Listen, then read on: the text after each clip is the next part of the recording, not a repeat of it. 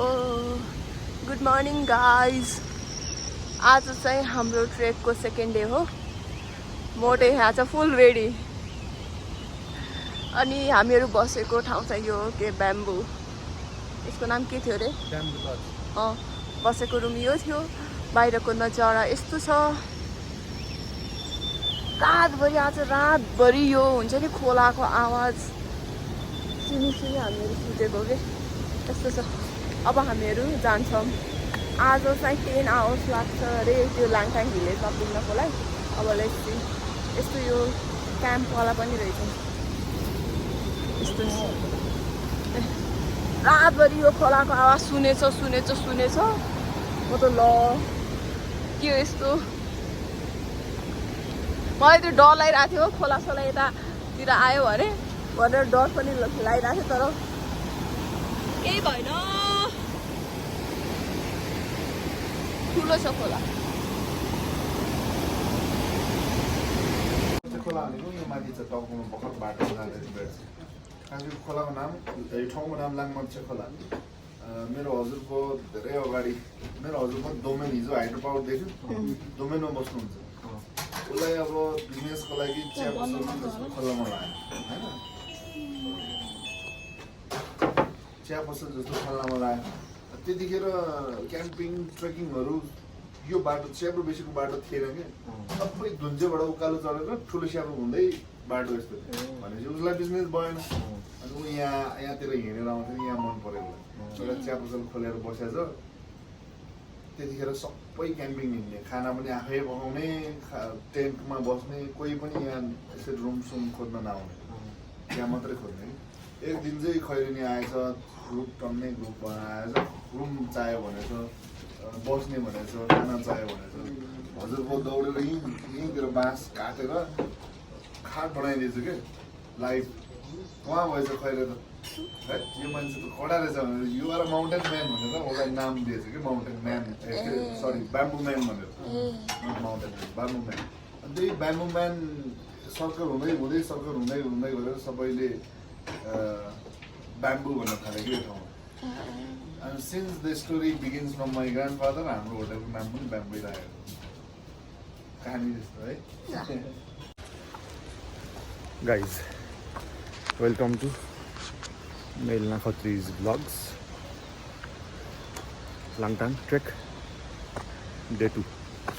हामी अहिले तल देखिएको गाउँ, तल सानो गाउँ देखियो नि, त्यो ब्याम्बो भन्ने त्यहाँको स्टोरी।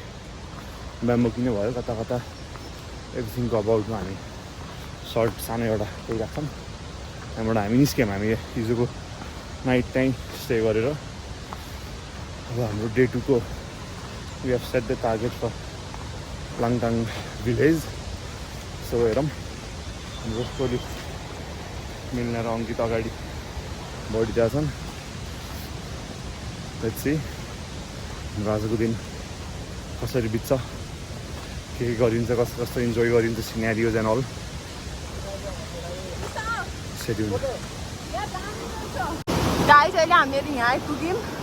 कति मिनटको हिँडाइपछि, आधा घन्टाको हिँडाइपछि हामीहरू यहाँ आइपुग्यौँ। यस्तो छ यता पहाड।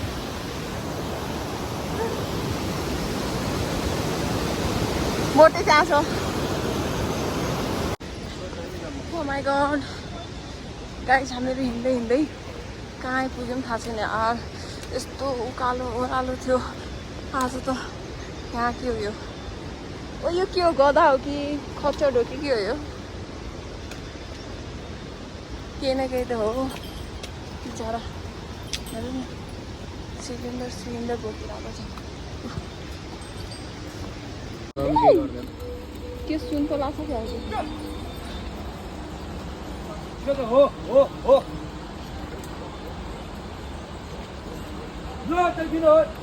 गाइस हामीहरू लामा होटेल आइपुगेको छौँ।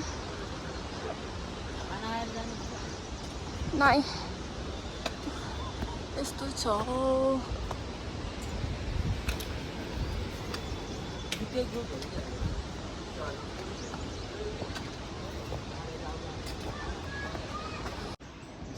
गाइस हामीहरू कन्टिन्युसली कति 3-4 घन्टाको हिँडापछि यहाँ रेस्ट गरिरहेछौँ। यति उकालो ओह्रालो थियो नि म त साइको भइसकेको थियो। अब चाहिँ हामी एकछिन रेस्ट गर्छौँ, के नास्ता सास्ता खान्छौँ अनि जान्छौँ। केटाहरूको हालत त्यस्तो भइसकेको छ, मोटे 100 केजीको थिएँ अब 90 केजीमा घटिसक्यो आज, हिजो र आजको हिँडाइले।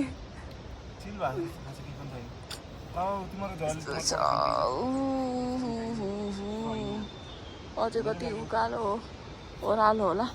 यस्तो भारी भारी ब्याग बोक्न परिरहेछ। 5 केजीको त ब्यागै होला यार। मान्छेहरू खाना खाएर पुरा एनर्जीको साथमा अब फेरि ट्रेकिङ सुरु गर्न। के भयो? हो, मान्छेहरू मोटेदेखि इन्करेज हुनुपर्छ क्या। खुट्टा 1 वर्ष अगाडि खुट्टा भाँचेको मान्छे अहिले लाङटाङ घुम्न आइरहेको छ। त्यही यहाँ रिसेप्सन। आज हामीले यहाँ बसेर खाना खाएको खोलाको साइडमा। यस्तो माहौल। रिभर साइडबाट 12 बजी खाना खाएर निस्केपछि हामी यो घोडा दाबोला जाने बाटोमा यस्तो एउटा चौरलाई इन्काउन्टर गर्दैछौँ। हाम्रा गाइज दुइटै फर्स्ट ट्रेकरहरू थकित। यहाँ कहाँबाट हो, आउट अफ नोवेयर एउटा चौर जस्तो, यहाँ चौरी गाई ट्याक्क। यसको मासु खानु पाए कस्तो रमाइलो हुन्थ्यो यार। यही गोरु, यहाँ गोरु नि छ यार। हेर गतिविधि।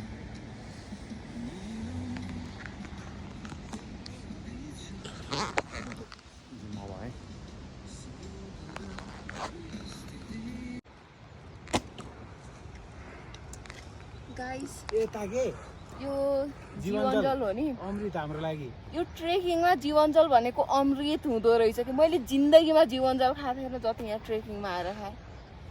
Thank you. यस्तो लागिरहेको छ कि यहाँ मेरो सहारा डेजर्टमै हिँडिरहेको छौँ। अनि त्यो पोइन्टलेस कुरा हो होइन? पोइन्टलेस कुरा हो त्यही पोइन्टलेस टाइप यो। अनि हामी अहिले आउट अफ नोवेयर यस्तो सर्टेन ठाडो उकालो हानेपछि अनि त्यो माथिपट्टिको यस्तो समथर जमिनमा आयौँ, बस्दैछौँ यहाँ।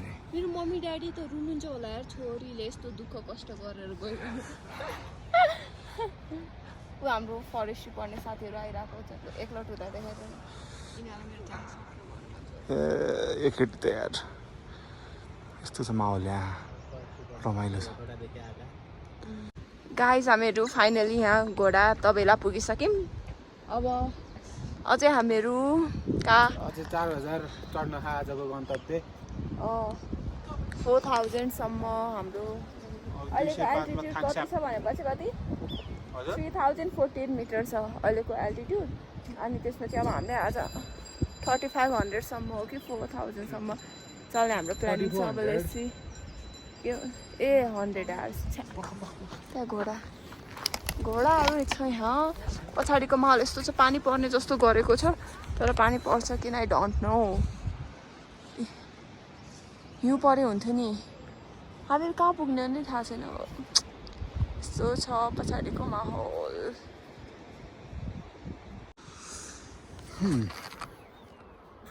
यो घोडा तबेलाबाट थाङसे पाइयो ठाडो यस्तो उकालो रहेछ त्यो पोइन्टमा पनि। म फटाफट आएँ। म चाहिँ मेरो पार्टनरहरू आउँदैछन्, तलतिर कता आइपुग्यो। अब चाहिँ म रेस्ट गर्दैछु, भयो आनन्दले रेस्ट गर्दैछु। अब उनीहरू आउँछन् अनि जाने। हेरौँ है त्यहाँको माहौल। उताबाट आउने त्यो पोइन्टबाट ठाडै चाहिँ स्टिप स्लोप छ पुरै, त्यहाँ जाने। अनि उताबाट उता डाँडा डाँडा यता यता यता यता यता यता यता यता यता यता यता गएर लाङटाङ भिलेज। यताबाट निस्किनु पर्ने, कहीँबाट आउँदैन त खै, कहाँ गयो यिनीहरू। यस्तो चाहिँ यहाँको वेदर चाहिँ अहिले बजिरहेछ 3 बज्न लाग्यो। यसरी रिल्याक्स पारामा बसेको छु म। खोलाको आवाज यो हामीले हिजोदेखि छोडेको छैनौँ यो खोला, लाङटाङ खोला। रमाइलो छ गाइज, आउनु जो सबैजना। सजिलो छ ट्रेक त, त्यस्तो गाह्रो छैन। वान अफ द इजी ट्रेकमा पर्छ यो। आयो मान्छे आयो। अब अर्को कहाँ हो फेरि आउँदैछ होला ल कस्तो लाग्यो त्यो उकालो ठाडो चक्लेट खाएर खोल कहाँ फाल्यो भन्न देखाइरहेको थियो भेलेजी हाउ वाज द उकालो गुड थकै लाग्यो है ओके म त ढले ढले ढले ढले फर्स्ट टाइम ट्रेक ढलिरहेछन् आया अर्को नि आयो ओए मट्टे hello sir how are you doing मैले लौरो नबोकेर यसलाई दिएको म विदाउट लौरो त्यो 2 लौरो यो 1 लौरो हाम्रो यस्तो छ अवस्था अब ल बस्छ एकछिन अनि जाउँ Hey guys, about turn. Say hi, guys. अब मिलनाज भ्लगको यो हाम्रो ट्रेकको आजको ट्रेकको अन्त्यमा पुग्यौँ आजको डे 2 को ट्रेकको त्यहाँ देखिएको त्यो होटेलै त यो बस्न लाग्यो यो लाङटाङ भिलेज हामी आज 7 बजे हिँडेर बिहान एकदम रसमा पनि हिँडेनौँ सिम्पल ट्रेक गऱ्यौँ इजी गऱ्यौँ यी दुइटालाई बिस्तारै बिस्तारै सिकाउँदै यो गर्ने त्यो गर्ने रेस्ट गर्दै खाँदै स्न्याक्स गर्दै आयौँ अहिले हामी 5 बज्न 10 मिनट बाँकी 10 घन्टाको हाम्रो मिठो ट्रेक भयो होइन यस्तो छ ठाउँ अहिले यो यस्तै बाटो हो अब बाटो यस्तै भिर पहिरो गान्डाङ र गुन्डुङहरू केही छैन जोस् तिलिजो जतिको त छैन यो भिर त्यो कति पनि छैन त्यो जस्तो बट स्टिल भिर इज भिर होइन त्यो म भएँ रेनकोट लगाउँदै हिँड्दै हिँड्दै नो स्टिक कज मेरो स्टिक कहाँ छ अघि भनिहालेँ सकिन्छ ट्रक गइरहेको मान्छेलाई लाङटाङ सजिलो हो अनि यिनीहरू त न्यू बिगिनिङ्सलाई चाहिँ अलिकति गाह्रो हुन्छ एकैचोटि तर सक्छन् आम प्राउड अफ देम अघिको भिर त्यो भिर नजिकबाट यस्तो कहिले गयो होला यत्रो पहिरो के भयो होला यो पहिरो जाँदाखेरि बिचरा मान्छे त खाएन होला बिचरा पहिरोले बिस्तारै हिँड्यो नि त केही भन्न चाहनुहुन्छ अङ्कितजी मिल्नाजी छैन अलिअलि छ त्यही त भिर भनिरहेको छु म है त ल फाइनली लाङटाङ भिलेज ल ब्लग बनाउने भनेर उतै एउटा चम्किरहेको ल बना ल तेरोलाई ओर्लिदिन्छु ल यहीँबाट कन्टिन्यू गर बिस्तारै ल हामी चाहिँ लाङटाङ पुग्यौँ फाइनल लाङटाङ भिलेज वहाँदेखि हिँडेर कहाँदेखि हिँडेर हिँड्दैछौँ होटल खोज्दैछौँ अब हाम्रो होटल बुक भइसक्यो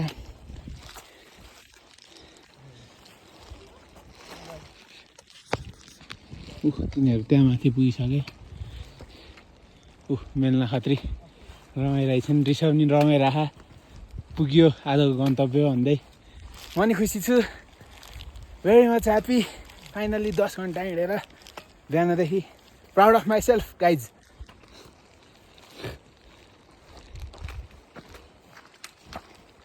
अब होटल पुग्न लागिरहेको ल होटल पुगेपछि भेटौँ है गाइज हामी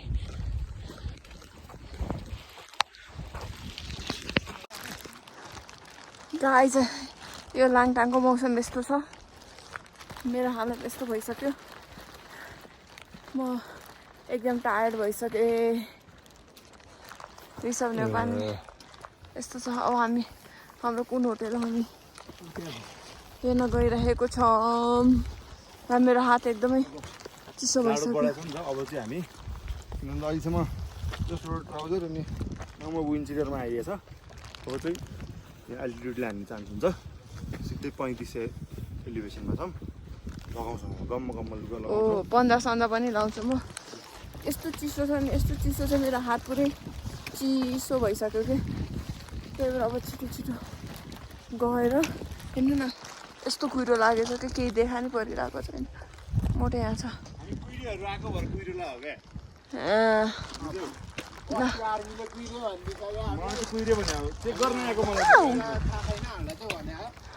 धन्यवाद लड्दा लड्दा बचे यस्तो छ अब हामीहरू होटेलमा गएपछि भेट्छौँ